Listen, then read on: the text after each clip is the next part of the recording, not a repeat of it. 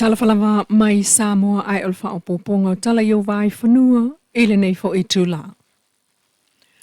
O le amanoa ai o le nofoa o sāwhata tasi i le pāle mene i le taiminei ua tapena fo i aile ofisa pālo taimuli nuu, mō le pālo tala i titi a le itu malo. O tāpenanga le ofisa pālo tai au fia i le whaalawi loa i le tunu o le whaamoemoe.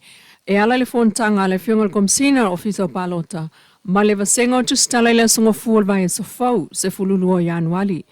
O le ata mua i lavanga luenga whaatino o komsina o pālo ta tuia filolo to le for John Stanley.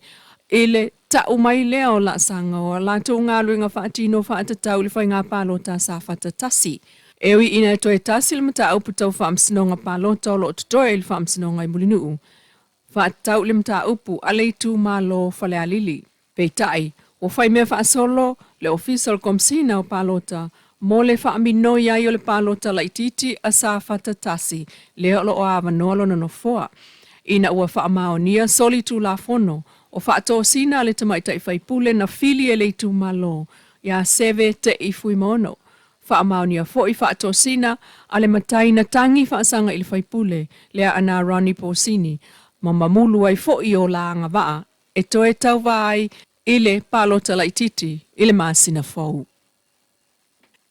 E se fulu walu miliona, walu se fulu maltolu afe 5 se lau TALA le tupe watu ina atu ele malo, mo le Universite o Samoa, mo lana tausanga whaal tupe wa savalia nei. Ai ole mai so nei, le ua amata te tala mai a yawa noa wha askol sipi al mtanga rengoa o ngā manganu, lua o luono, mo le Universite o Samoa al paponga ngala. Ile tupe whaasoa le malo le tausanga whaal tupe lu o lua 5 lu o luono, na atofa atua i le malo le se lau tolu sulfa miliona, wha se lau male fitua feiva se lau TALA ili mtanga rengoa onga. Peita i o awa no wha askol sipi wa te tala e whaapitoa mo whaia onga i fia onga whaia onga amata, o whaia onga tūlanga lua mo whaia onga kolisi. Ola o maua, pepa tālu sanga le ofisa au tui maalifa, whale tusi i sāle longa, malunga so ta inga tele vavel mtanga ruenga. Ua mōli mawai nei, le amata o na le stala o whana wa onga moa onga tu maoti, ai o le amatanga o le maasina fau, ea ia o ngā le malo. Enisi o TALA e 5 se lau wafe TALA le tupe lea ua atofa e le malo, maila na tala whaasoa o le tupe o whaanga solo nei. Mole sauninga o le tuto o tasi o Samoa ia iuni o le tausanga nei. O le tupe lea o lo lalo o le mtanga ruenga, a le pāle mia malka peneta wa atofa atu iai, le se fulu tasi miliona, tolu se lau fitu sului vafe, fitu se lau TALA, mo ana ia fo inga ruenga whaatino. E au fia i male se lau wafe TALA, mo le Samoa Returnees Charitable Trust. O mitiafu, o pulou, o tōtini, maisi o loa e whaalawi loa le NRL, le National Rugby League Australia. Lua o lua 5, lea ua maa noa i nei, mō whanau sa le amana ia e o lātou ainga, ai ua tausia ai i tonu le campus of Hotona i mato. O loa nei o le whaoso le li taalo le toa Samoa le sunga Frank Winterstein, sa taalo mua le NRL Australia. Na taunu uai i le ofisa o le tō manga mo e popua ngā tiana nafi, malona whaletua maola alo e tōtolu. O Frank e telefo ilo na ia sootanga i ngā ruenga fsosoani te te atu i sawanga i tōtonu o ainga, matangata e iaia a fiangal mawhau, malangona ilo na fia fsosoani atu i whanau a Samoa.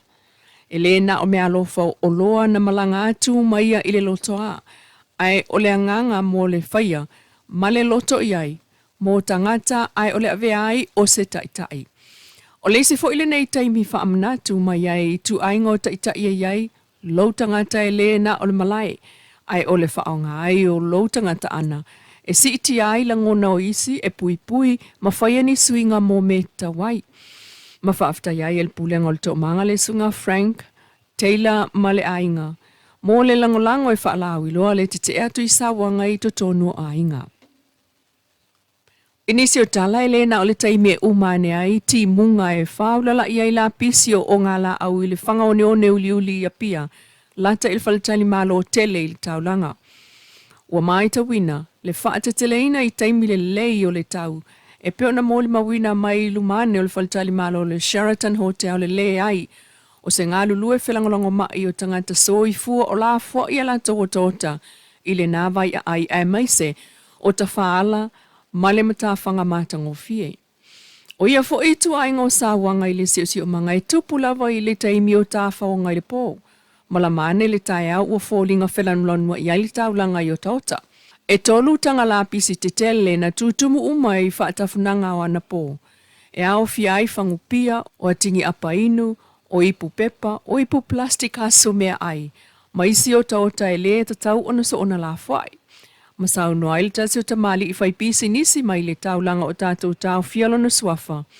E ofo lava i le nei wha le tonu. Mai ua te taua i lava o na whaia ni whaasalanga o tangata e wha la pisi, pei o na whaia e le malo i sa sae.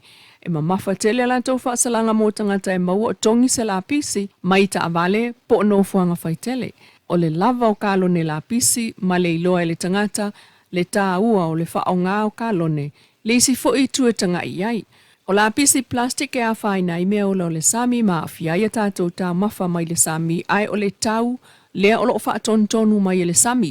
O la pisi o ngā la au e a fiai waa o feo a i mataula i le ngā taifale pe a masau le ta whea atu se o ngā la au masoa. O vaenga i o le taulanga i a pia i le taimi na ngatu atu i ai o ngā la au. Sa ngā lulua i lava le malosi o le fiu anga wa pia e ili wha apupuu ma lau ese ma le apita ngalu mo le saonga le mu ai o le mātango fia o Samoa. Lau Samoa Entertainment TV man talai vai whanua. Mō le nei tū la e manuia tōl manga le nei fo iaso.